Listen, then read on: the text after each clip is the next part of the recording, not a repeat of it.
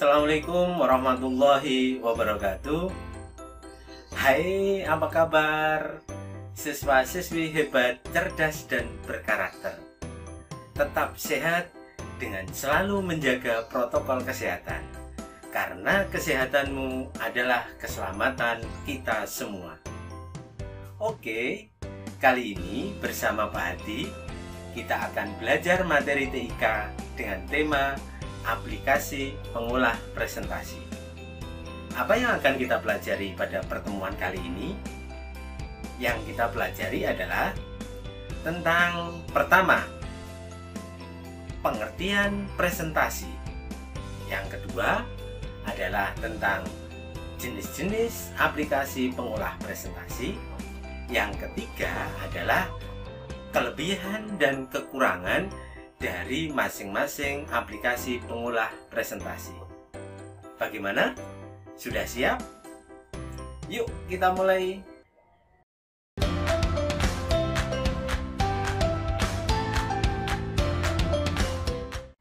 Siswa-siswi hebat, cerdas, dan berkarakter.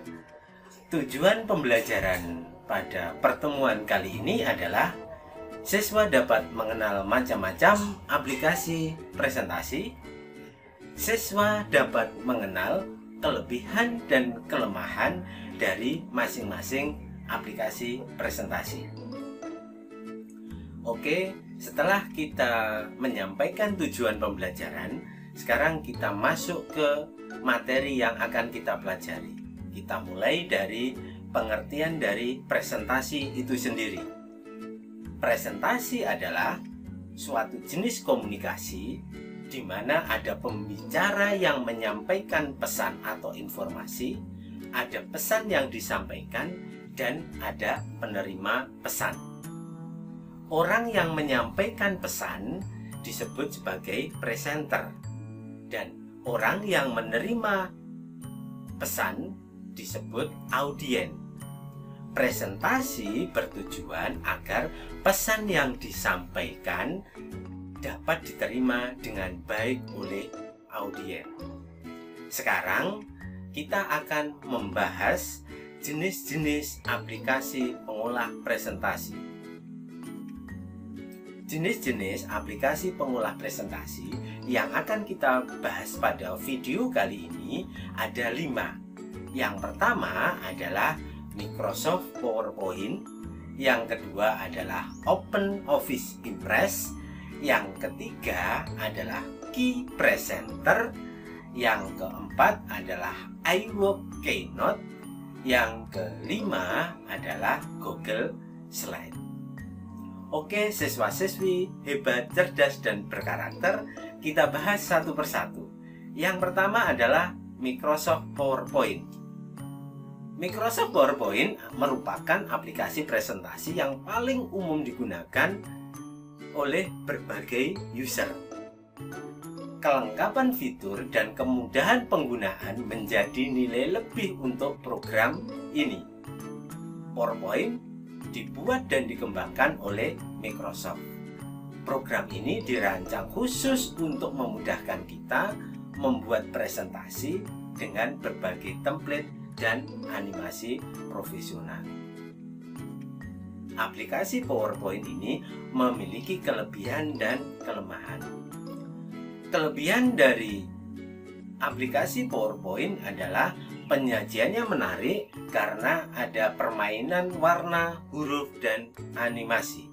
Yang kedua, lebih menarik anak untuk mengetahui lebih jauh tentang informasi bahan ajar yang tersaji. Yang ketiga, pesan informasi secara visual mudah untuk dipahami peserta didik. Yang keempat, tenaga pendidik tidak perlu banyak menerangkan bahan ajar yang sedang disajikan. Yang kelima, dapat diperbanyak sesuai kebutuhan dan dapat dipakai secara berulang. Yang keenam, kelebihannya adalah dapat disimpan dalam bentuk data optik maupun magnetik. Itu tadi kelebihan dari Microsoft PowerPoint. Sekarang kelemahannya. Kelemahan dari aplikasi PowerPoint adalah harus ada persiapan yang cukup menyita waktu dan tenaga. Yang kedua, para pengguna harus memiliki cukup kemampuan untuk mengoperasikan program ini agar jalannya presentasi tidak banyak hambatan. Yang ketiga, kelemahannya, format file versi terbaru tidak dapat diedit di versi sebelumnya. Itu adalah kelemahan dari aplikasi PowerPoint. Sekarang kita masuk ke aplikasi yang kedua. Aplikasi yang kedua yang kita pelajari adalah OpenOffice. Apa itu OpenOffice? OpenOffice merupakan Office Suite yang sangat populer karena kehandalannya serta kegratisannya. Dengan fitur yang tidak kalah melimpah dibanding Microsoft Office, aplikasi ini dikembangkan oleh Sun Microsystems dengan bahasa Java yang tentu saja telah didukung oleh cross-platform atau dapat dijalankan di berbagai operating system.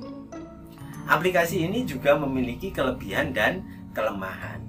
Apa kelebihan dari aplikasi OpenOffice ini? Kelebihan dari aplikasi OpenOffice ini adalah yang pertama, ya, softwarenya gratis atau open source. Yang kedua, yaitu kompatibel dengan Microsoft Office dan format Office lainnya. Yang ketiga, ekspor ke PDF dan format lain dengan mudah. Yang keempat, kelebihan yang keempat adalah interface menarik dan mudah digunakan. Itu tadi adalah kelebihan dari OpenOffice Impress. Sekarang kita akan membahas kelemahannya. Kelemahan dari OpenOffice Impress itu apa? Ya. Kelemahan dari OpenOffice yaitu yang pertama, OpenOffice terkenal dengan rakus dengan daya komputer yang selalu membutuhkan komputer dengan spek yang tinggi. Itu yang pertama.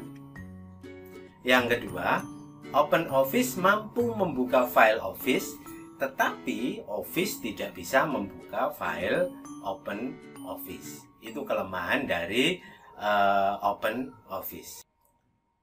Aplikasi yang ketiga yang kita bahas adalah Key Presenter. Key Presenter digunakan untuk membuat dan menyajikan presentasi dengan sejumlah fasilitas yang ditawarkan.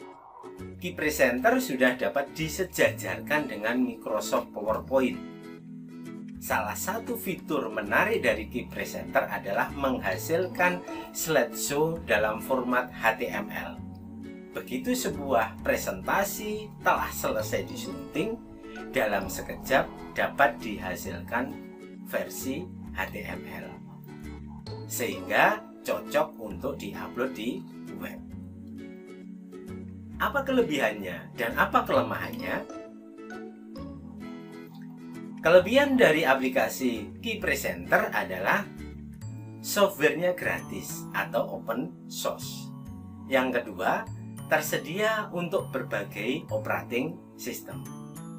Yang ketiga, interface menarik dan mudah digunakan.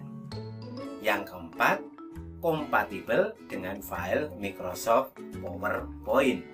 Itu. Kemudian kelemahannya. Nah, sekarang kita bahas kelemahannya. Kelemahan dari Key Presenter adalah bagi yang terbiasa menggunakan Microsoft PowerPoint, beberapa shortcut dan toolbar yang ada di Key Presenter dapat dikatakan berbeda. Itu. Ya. Sekarang kita masuk ke aplikasi pengolah presentasi yang keempat. Apa yang keempat? Aplikasi pengolah presentasi yang keempat adalah iWork Keynote, yaitu program presentasi dari Apple yang memiliki segudang fitur yang memadai. Interface-nya memukau dan lebih sederhana dibanding dengan Microsoft Office. Sangat cocok dengan image khas Apple. Ini tentunya juga ada kelebihan dan kelemahannya. Apa kelebihan dan kelemahannya? Kelebihan dari iWork Keynote adalah yang pertama, tampilan memukau dan mudah digunakan. Yang kedua, mensupport file Microsoft Office. Ya. Kemudian yang ketiga, efek dan transisi yang ditawarkan jauh lebih memukau dibandingkan dengan Microsoft PowerPoint. Di balik kelebihannya itu tentu ada kelemahannya. Apa kelemahan dari iWork Keynote? Yaitu format yang dihasilkan tidak populer di masyarakat dan hanya bisa dibaca oleh iWork, seperti .pix, .key, dan .number. Untungnya iWork mampu mengekspor ke file format yang terbiasa dipakai seperti Docs, PPT, ataupun XLS. Meskipun kalian harus rela meninggalkan segala efek dan transisi dramatis pada keyword karena PowerPoint tidak mampu untuk menampilkannya. Aplikasi pengolah presentasi yang kelima yang kita bahas adalah Google Slide. Apa itu Google Slide? Google Slide adalah program presentasi yang disediakan sebagai bagian dari paket perangkat lunak berbasis web gratis yang ditawarkan oleh Google dalam layanan Google Drive-nya. Google Slide ini ada di dalam menu apps Google. Di situ ada banyak fitur-fitur yang ada di dalamnya.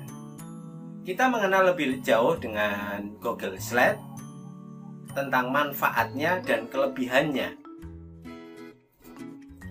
Manfaat dari Google Slide itu yaitu yang pertama, mengakses, bisa membuat, bisa mengedit, bisa digunakan tanpa sambungan internet. Kenapa bisa digunakan tanpa sambungan internet? Karena pada dasarnya Google Slide itu berbasis online, tapi sekarang sudah ada fasilitas yang bisa digunakan tanpa adanya internet, yaitu bisa digunakan secara offline. Kemudian di Google Slide itu kompatibel dengan PowerPoint. Kemudian yang sangat menarik adalah di Google Slide ini adalah kita bisa kerja secara bersama-sama, atau lebih kerennya adalah kita bisa kerja kolaborasi. Kemudian kelebihannya apa? Ya, kelebihan apa dari Google Slide ini? Yang pertama, di Google Slide ini bisa menyimpan secara otomatis. Kalau kalian bekerja di pengolah presentasi yang lainnya, itu kalian harus bisa menyimpannya terlebih dahulu agar file tidak hilang. Tetapi di Google Slide ini kalian akan disediakan fasilitas yang namanya menyimpan otomatis.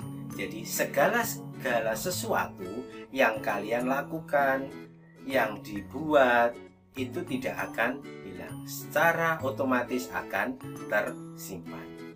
Kemudian itu yang pertama, kelebihan yang pertama. Yang kedua, yaitu bisa bekerja secara offline. Ya, bisa bekerja secara offline walaupun tanpa adanya internet, ini bisa digunakan. Tetapi ada fitur-fitur tertentu yang memang tidak bisa bekerja ketika sedang offline. Kemudian yang ketiga adalah adanya fasilitas download. Jadi ketika kita bekerja dengan Google Slide, kita bisa menghasilkan file sesuai yang kita inginkan dengan adanya fasilitas download tersebut. Yaitu dengan Google Slide kita bisa mendownload file tersebut dengan format PowerPoint, dengan format PDF, dengan format JPEG, dan yang lainnya. Ya, seperti itu. Kemudian yang keempat adalah kita bisa mencari gambar secara langsung. Ini bisa bekerja ketika kita menggunakan online. Jadi ketika kita online, kita bisa mencari gambar yang apapun yang kita inginkan secara langsung dan bisa kita ambil dengan mudah. Itu kelebihan dari Google Slide. Kemudian yang kelima adalah bisa memasukkan video. Video di sini ada dua jenis, video yang sudah ada di komputer kita maupun video yang secara online kita ambil. Itu kemudian yang lebih utama seperti yang sudah saya sampaikan di awal tadi adalah dengan Google Slide kita bisa berkolaborasi. Maksimal berapa kita bisa berkolaborasi secara langsung? Maksimal adalah 50 orang. Kita bisa bekerja dalam satu file secara bersama-sama. Ya, seperti itu. Oke, siswa-siswi hebat, cerdas, dan berkarakter. Itu tadi adalah penjelasan tentang aplikasi pengolah presentasi, mulai pengertian aplikasi, jenis-jenis aplikasi pengolah presentasi, sampai dengan kelebihan dan kelemahannya. Di akhir pembelajaran ini, kalian ada tugas yang nanti bisa dikerjakan di buku kalian. Apa tugasnya? Ini silahkan dilihat. Tugas kalian setelah mengikuti pembelajaran kali ini, ada 4 pertanyaan yang harus kalian jawab. Yang pertama adalah, menurut kalian, apa manfaat aplikasi presentasi dalam menunjang kegiatan belajar? Itu yang pertama. Yang kedua, apa aplikasi presentasi yang sering kalian gunakan dan sebutkan alasannya memakai aplikasi tersebut? Kemudian yang ketiga, bagaimana langkah-langkah dalam membuka aplikasi PowerPoint? Silahkan kalian nanti praktek bagaimana cara membuka aplikasi PowerPoint, kemudian langkah-langkahnya silahkan dicatat di buku kalian. Kemudian yang keempat, bagaimana langkah-langkah dalam membuka aplikasi Google Slide. Ya, sama, silahkan dipraktekkan, kemudian langkah-langkahnya silahkan kalian catat di buku kalian sebagai tugas. Bagaimana? Sudah jelas? Semoga kalian lebih mudah belajar memahami tentang aplikasi pengolah presentasi. Demikian pembelajaran TIK dengan tema aplikasi pengolah presentasi bersama Pak Hadi. Semoga ilmu yang kita pelajari bisa bermanfaat buat kita semua. Sekian, Assalamualaikum warahmatullahi wabarakatuh.